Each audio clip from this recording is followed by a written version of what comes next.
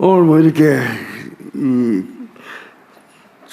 의미 있는 자리를 대통령께서 참석을 해주셔서 대단히 감사합니다. 또 저희도 용기가 납니다. 대통령께서 굉장히 관심이 많으셨어요. 우리 사회가 직면한 그 인구 구조의 변화, 또 AI, 녹색 전환 등 복합 대전환의 그 위기와 또 저성장, 노동시장 이중구조 심화 등 여러 가지 난제들에 대해서 노사정이 상호 신뢰와 협력을 통해서 충분히 논의하고 합리적인 해결 방안이 도출되기를 바랍니다. 또 많은 경우에 노사가 그렇게 첨예하게 극단적으로 대립한다기보다도 서로 잘 또 유기적으로 협력해서 대화를 오고 가고 하는 경우도 많이 있습니다.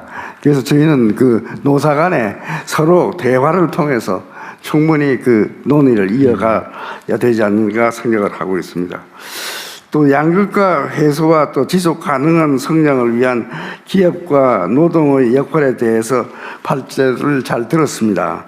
그 가운데 기업의 역할과 관련해서 추가적으로 좀 말씀을 드리고자 합니다.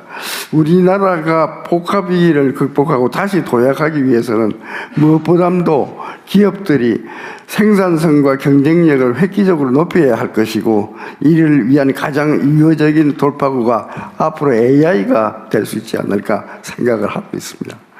기업들은 AI를 활용해서 경쟁력 있는 사업 모델을 개발을 하고 업무 프로세스 효율화 등 일하는 방식의 근본적 변화를 통한 생산성 향상에 노력을 지금 집중을 하고 있습니다. 특히 AI 시대를 주도할 창의적 인재 확보가 무엇보다도 중요한 만큼 근로자 교육과 훈련에 많은 투자와 노력을 기울이려고 하고 있습니다.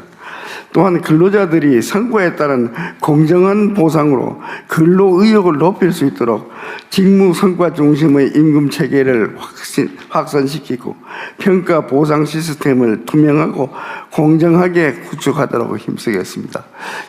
지금 우리나라에서는 그 임금 제도 자체가 연공 서열에 의한 것이라든지 그러한 방향으로 많이 가고 있는데, 앞으로 좀 국가가 발전하려고 하면 또 일하는 그 근로자들에게도 희망과 또 자신감을 부어주기 위해서는 저는 그 성과 중심의 그 임금 체계가 좀 가야 되지 않겠느냐.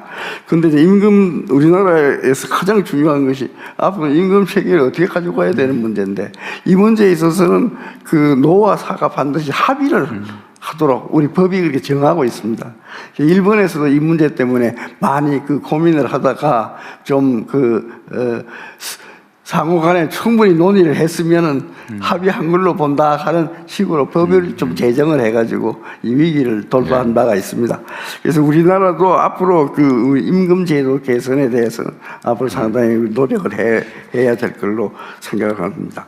또 아울러서 중소협력사의 생산성 향상을 위한 상생 방안도 강구를 하겠습니다. 특히 대기업이 보유한 제조 노하우를 서로 공유하고 중소기업의 스마트 공장 구축을 지원해서 대기업과 중소기업이 서로 동반 성장을 할 수 있도록 노력을 하도록 할 각오입니다. 이러한 기업들의 노력에 대해서 정부도 혁신을 저해하는 규제들은 적극적으로 또 개선을 해주시고 AI 시대에 부합하는 맞춤형 교육 프로그램을 개발해 주시고 또 세제 인프라 지원에 힘써 주시길 바랍니다. 끝으로 또 사회적 대화를 통해 실질적인 결실을 이루기 위해서는 노사 간의 상호 신뢰와 양보, 협력이 중요한 만큼 노동계도 함께 협력해 주시기를 부탁을 드립니다. 사실 지금 현재 사용자와 또 근로자 간의 관계는 그렇게 걱정할 정도로 악화된 건 아닙니다. 지금 좋은 관계입니다. 네, 맞습니다. 좋은 관계고, 여기 김동명 위원장도 와 계시지만은 저하고 잘 지내는 거 아닙니까? 부인할 것 같은데요. 그래서 좀 관계를 많이 좋게 지내고 있습니다. 노력하겠습니다. 어제 노사관계라고 하는 게 이게 파괴적이면 안 되는 거잖아요. 그리고 이제 불신이 사실은 이제 뿌리인데, 저는 그런 느낌이 들어요. 예를 들면 한때 그런 게 있었는데 요즘은 뭐 많이 없어진 것 같은데. 네, 예를 들면 노조가 파업을 한다, 뭐 노조가 조직을 한다, 노조를 만든다, 집단 행동을 한다, 단체 행동을 한다 그러면 저 회사 망해먹으려고 저런다 이러는데 요즘처럼 저 취업하기 어려운 세상에 회사 망하라고 하는 사람 없어요. 망하면 지도 손해인데 너무 아까 얘기한 대로 나가면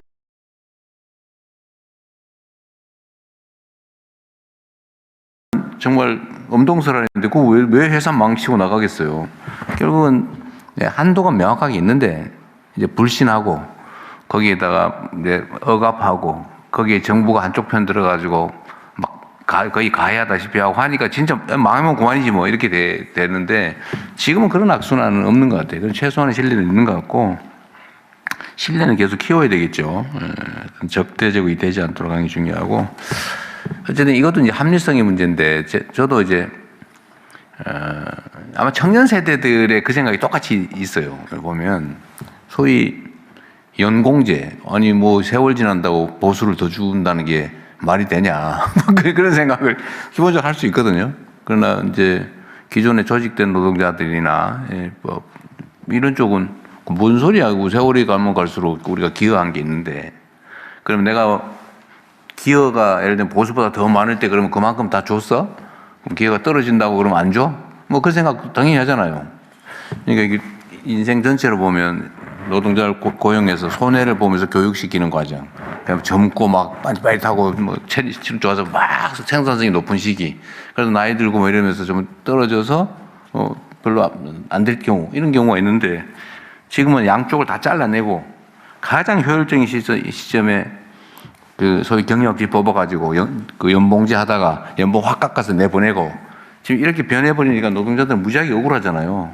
별로 안 억울합니다. 별로 안 억울해. 다행이네. 하여튼 제가 보기엔 되게 억울할 수 있는 상황인데 저는 이걸 합리적으로 조정을 해야 된다.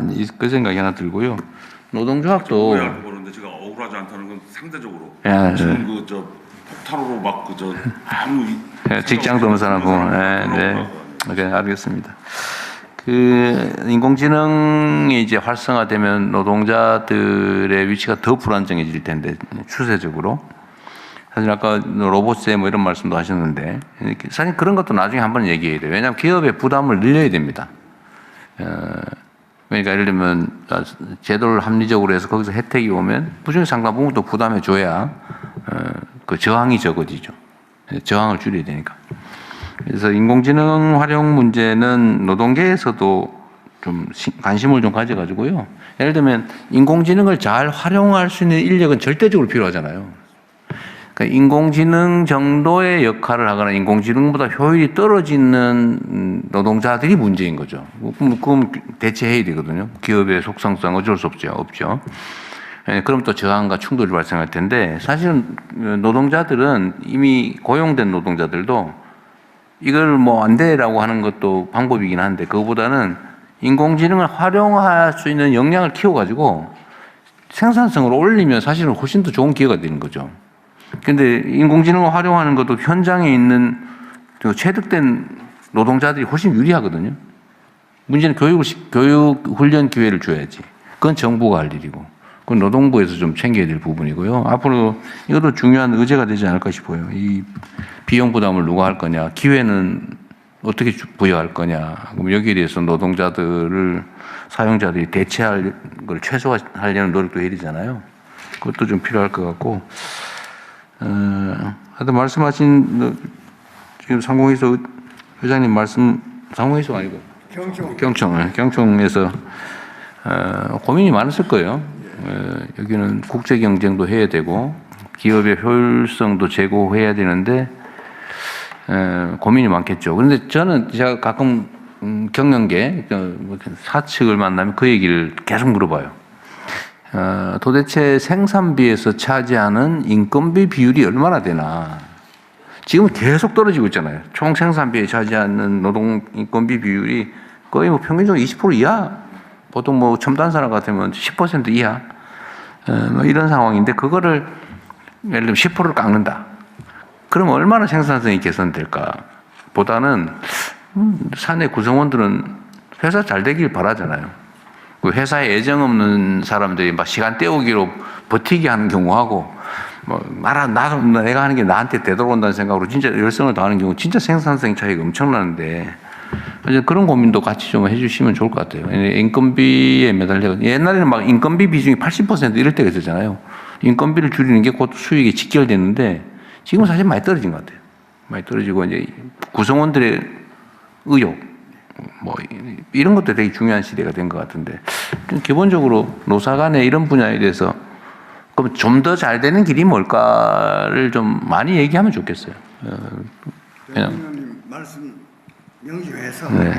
우리 회원 기업들에게 많이 알리겠습니다. 그 회원 기업들도 사실은 그 지금 같은 상황에서 그냥 과거 방식으로 막 쥐어짜기로는 생존할 수 없거든요. 못 살아남습니다. 그렇게 해가지고는. 그러니까 좀 체질도 바꿔야 되는데 그건 사실 노사 간의 실질적 협의가 중요하고 협조가 중요하잖아요. 네. 뭐 이런 계기도 잘 활용하면 좋겠고 개별적으로 좀 대화하면 좋겠고요. 손 위원장님 시간이 거의 다 됐어요. 이제 여성 부분만 발언을 하고 네. 뭐 잠깐 제가 요약해서 듣긴 할 텐데 이 사회적 대화 기구의 대화는 실제 토론은 어느 정도로 합니까? 저희가 이제 오늘 사실은 본회의에서 정해진 게 의제를 정하고요. 그 회의체 이제 구성은 그 차차 맞춰서 할 텐데요. 오늘 저희가 정답을 많이 맞췄다고 저는 스스로 말씀드리면서 생각하는 게 저희 청년 일자리 문제라든지 AI 문제라든지 이런 게 지금 의제로 가결이 됐습니다. 그래서 의제별위원회가 가동이 되고요. 그다음에 일자리 인구 변화에 따른 일자리 위기 문제도 저희가 공론화 절차까지 그것은 같이 접목을 시켜서 진행을 할 예정입니다. 그러니까 사실 여기 위원들 뭐 열댓 분이 막 얘기해가지고 합의된다고 합의가 되는 게 아니거든요. 우리 국민들께도 많이 알려드려야 되고 국민들도 이 토론에 실제로 참여해야 되고요. 그 실질적인 국민들의 합리적 의사라고 하는 걸 잘 추출해야 되는데 그러려면 먼저 공개 토론도 좀 해야 되고요. 여기서 뭐 결판 낸다고 되는 게 아니지 않습니까? 그래서 이걸 우리 국민들께서 좀 지켜보는 가운데 또 참여하는 가운데 좀 실질적인 힘들더라도 정말 드러내놓고 얘기를 좀 하면 좋겠어요. 여기서 뭐 좋은 게 좋은 거라고 얘기해봐야 아무 의미 없잖아요. 멱살 잡을 건 진짜 잡고 그래서 안 되는 거는 뭐 법률로 좀 맡겨야 될 것 같고요. 그리고 이 안에서 얘기가 돼서 이건 정말 공감해서 필요하다라고 하면 사실 그런 거 법제화해야죠. 그런 거 저희가 책임질 테니까 의견들을 좀 모아서 우리 사회에 정말 이게 고쳐야 될 부분이 너무 많단 말이에요. 또 새롭게 설정해야 될 시스템도 정말로 많을 텐데 여의도 국회의원들도 일을 뭐 열심히 잘하시긴 하지만 이렇게 현장 속에서 나온 얘기들을 세부적인 것, 세세한 것들도 입법화하고 제도화할 필요가 있습니다. 그거는 수시로 좀 뽑아가지고 소위 합의되고 국민들이 보시기에 타당성 있는 거는 좀 신속하게 제도화하고 성과로 좀 내게요. 근데 억지로 할 필요는 없습니다. 근데 아까도 얘기해 보면 청년들의 문제, 임금 공식 저는 채용하는데 월급 얼마 줄지를 안 가르쳐 주는 건 정말 문제 같아요. 얘는 가르쳐 줘야지. 예를 들면 어느 선거라도 그죠 앞뒤로 5% 변동이 있는 건 허용하더라도 당연히 알려줘야 될 것 같은데 그래야 좀 사실은 좀 높이지 않겠어요? 모집하는 척도 좀 체면이지 최저임금 준다고 뽑기는 좀 그럴 거거든. 좀 올리려고 노력하지 않을까. 저는 이런 것들은 예를 들어 얘기되면 좀 신속하게 좀 조치하면 좋을 것 같아요. 네, 그렇게 하겠습니다. 네, 저희가 사실은